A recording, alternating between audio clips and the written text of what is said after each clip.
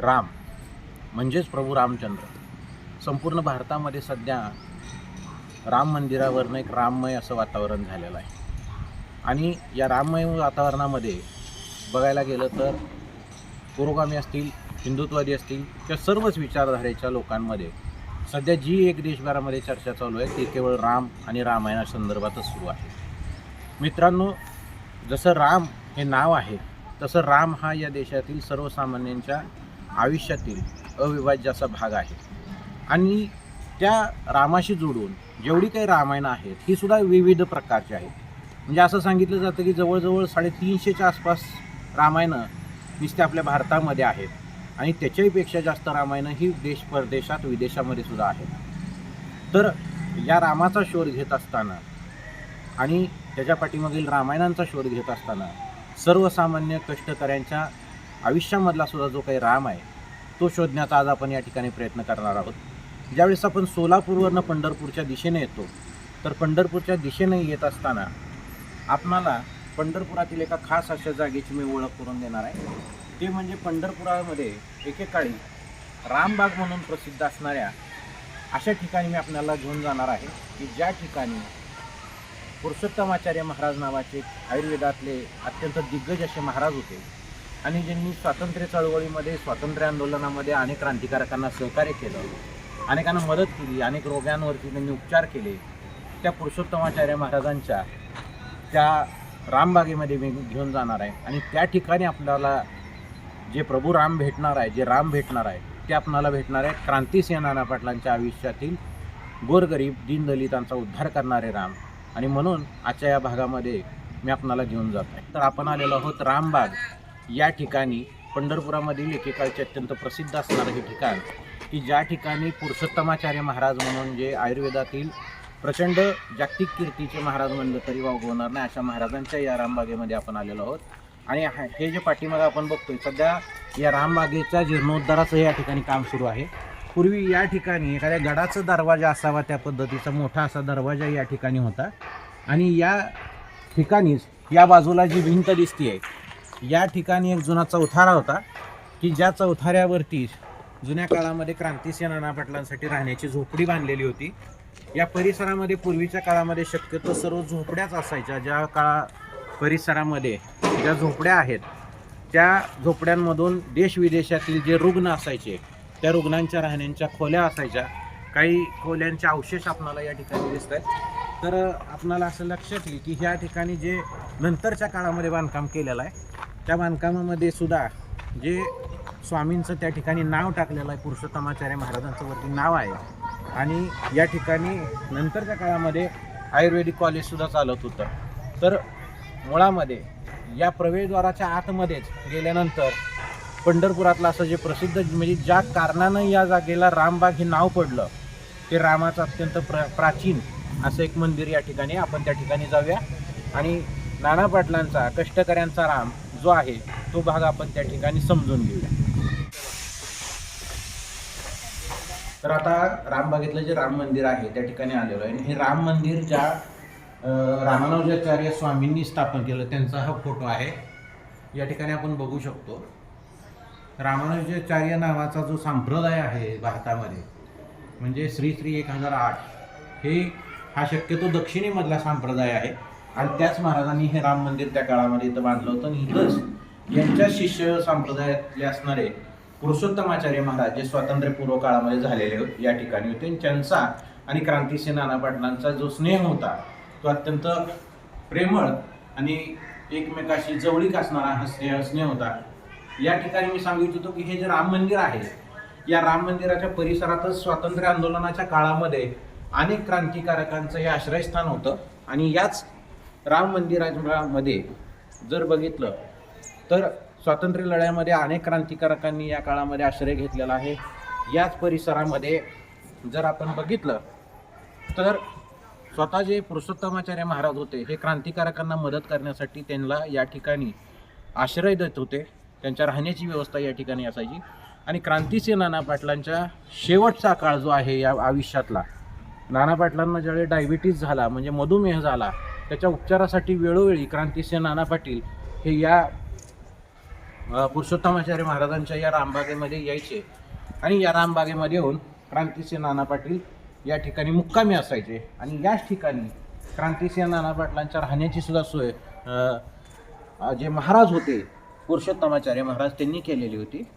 तर या रामबागेमध्ये आपण माहिती घेत आहोत. याच रामबागेच्या परिसरामध्ये मगाशी जी मी जागा दाखवली त्या ठिकाणी क्रांतिसिंह नाना पाटलांनी त्यांच्या आयुष्यातील शेवटचा काळ या ठिकाणी व्यतीत केलेला आहे. या ठिकाणी जे महाराज होते पुरुषोत्तमाचार्य महाराज यांचा आणि क्रांतिसिंह नाना पाटलांचा जो स्नेह होता ते मी याच्या अगोदरही आपणाला सांगितला. त्याच महाराजांच्या सहकार्यानं क्रांतिसिंह नाना पाटील या परिसरामध्ये राहत असताना क्रांतिसिंह नाना पाटलांना जो राम भेटला किंवा क्रांतिसिंह नाना पाटलांच्या आयुष्यामध्ये जे रामाचं महत्त्व होतं ते काय होतं, तर क्रांतिसिंह नाना पाटलांचे सहकारी जे होते संभाजीराव बाबा थोरात हे एकदा या ठिकाणी आले असताना क्रांतिसिंह नाना पाटील ज्या रूममध्ये राहिला होते, ज्या खोलीमध्ये राहिला होते त्या ठिकाणी एक रामाचा फोटो तिथं टेकवून पाटावरती टेकवून ठेवलेला संभाजी बाबांनी बघितल्यानंतर संभाजी बाबा थोरातांनी क्रांतिसिंह नाना पाटलांना प्रश्न केला. खरं तर क्रांतिसिंह नाना पाटील हे जन्मापासूनचे पंढरपूरचे वारकरी होते, म्हणजे जन्मल्यानंतरच त्यांच्या गळ्यामध्ये क्रांतिसिंह नाना पाटलांच्या गळ्यामध्ये पंढरपूरच्या विठ्ठलाची माळ घालण्यात आलेली होती आणि तरीसुद्धा त्यांच्या खोलीमध्ये मात्र रामाचा फोटो होता. संभाजी बाबांना आश्चर्य वाटलं. संभाजी बाबा थोरातांनी क्रांतिसिंह नाना पाटलांना प्रश्न विचारला की नाना पाटलांना अण्णा म्हणायचे सर्वजण, म्हणजे अण्णा तुम्ही तर स्वतः कम्युनिस्ट आहात आणि तरीसुद्धा तुमच्या खोलीमध्ये रामाचा फोटो किंवा मूर्ती कशी काय. त्यावरती स्वतः क्रांतिसिंह नाना पाटलांनी जे मित्रांनो उत्तर दिलं ते फार मनाला लागणारं उत्तर आहे आणि खऱ्या रामाची ओळख सांगणारं उत्तर आहे. क्रांतिसिंह नाना पाटील त्यावेळेस म्हणाले की संभाजी बाबा बरा प्रश्न विचारला म्हणले तुम्ही. मी पंढरपुरात राहतो म्हणले, मी जन्मजन्मीचा वारकरी आहे, मी जन्मता माझ्या गळ्यामध्ये विठ्ठलाची माळ आहे, परंतु मी माझा आदर्श म्हणून विठ्ठलाला निवडलेलं नाही. कारण का विठ्ठल जो आहे तो कमरेवरती दोन्ही हात ठेवून जगाकडे दुनियेकडे हा त्रयस्थपणानं पाहताना असा मला वाटतो म्हणले. परंतु त्याच्याऐवजी राम जे दैवत आहे ना म्हणले, हे रामदैवत मात्र कायम सृष्टांना अभय देण्यासाठी आणि दृष्टांचा संहार करण्यासाठी हातामध्ये संहार करण्यासाठी आणि गरिबांचा कैवार घेण्यासाठी हातामध्ये शस्त्र घेऊन धनुष्यबाण घेऊन उभारलेला आहे म्हणले. आणि त्यामुळं रामाचं जे काही नीतीचं राज्य आहे ते उभं राहायचं असेल तर त्याच्या हातामध्ये त्यानं धनुष्यबाण घेतलेला आहे आणि त्या सामर्थ्यानिशी तो उभा आहे. आणि म्हणून मला हे जे रामाचं दैवत आहे ते कृतिशील वाटतं आणि म्हणून मी या आदर्श पुरुषोत्तमाची निवड केलेली आहे. तर याच्याबाबत संभाजी बाबा थोरात असं म्हणतात की क्रांतिसिंहांची देवभक्तीसुद्धा जी होती ना ती भोळी बाबडी नव्हती, तर त्याच्यामध्ये सुद्धा एक प्रकारची चिकित्सा होती. आणि केवळ भक्तीच्या क्षेत्रात सुद्धा दुष्टांचा संहार करणारा आणि दिनांचा कैवार घेणारा राम त्यांनी निवडला होता.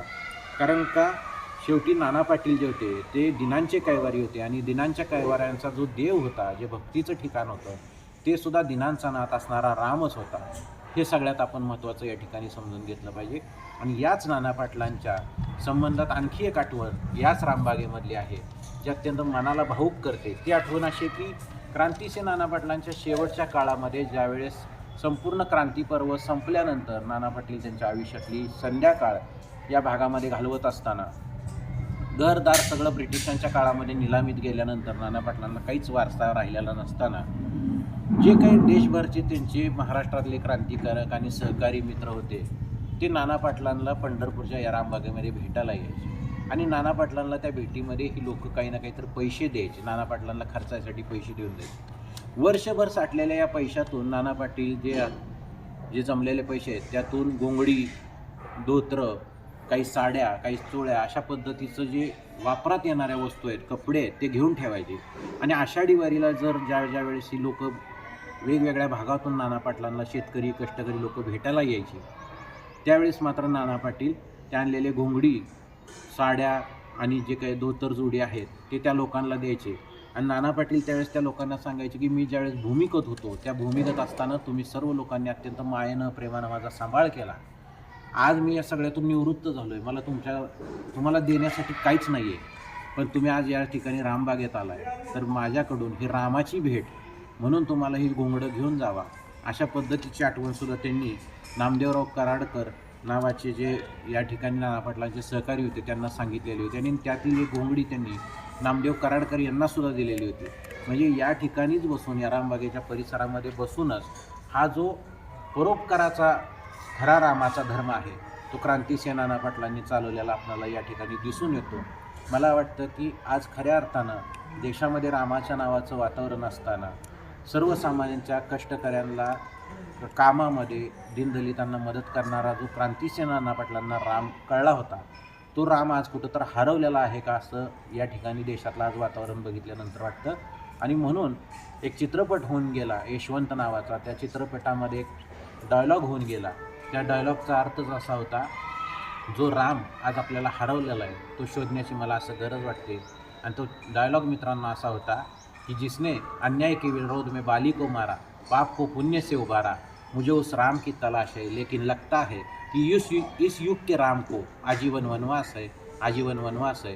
आपणाला आजचा हा अमरवाणीचा भाग कसा वाटला, आपण आपल्या प्रतिक्रिया आम्हाला जरूर कळवाव्यात. आणि माझ्या चॅनलला आपण लाईक करावं, सबस्क्राईब करावं, एवढंच या ठिकाणी सांगतो आणि थांबतो. धन्यवाद.